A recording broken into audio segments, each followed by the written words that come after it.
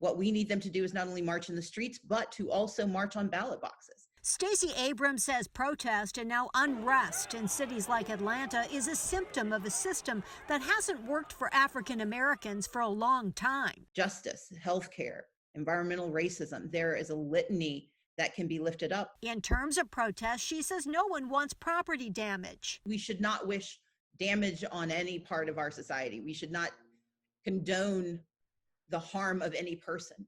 But we have to give primacy to people over property. And more importantly, we have to give primacy to justice over injustice. In Savannah, many gathered Sunday to peacefully protest. Abrams pointing out it wasn't just the death of an African-American man in Minneapolis that likely brought many people out. Savannah is close to Brunswick, where Ahmaud Arbery was murdered, where they have been holding protests for several weeks.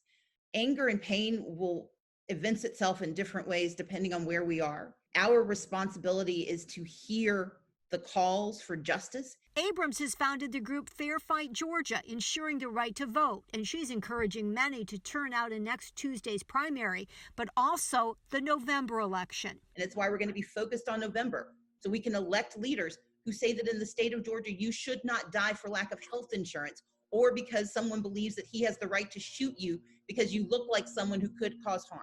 Because the reality is that protest is necessary to draw attention to inequities. But voting is how we make those changes permanent. Joanne Merrigan, WSAV News 3, on your side.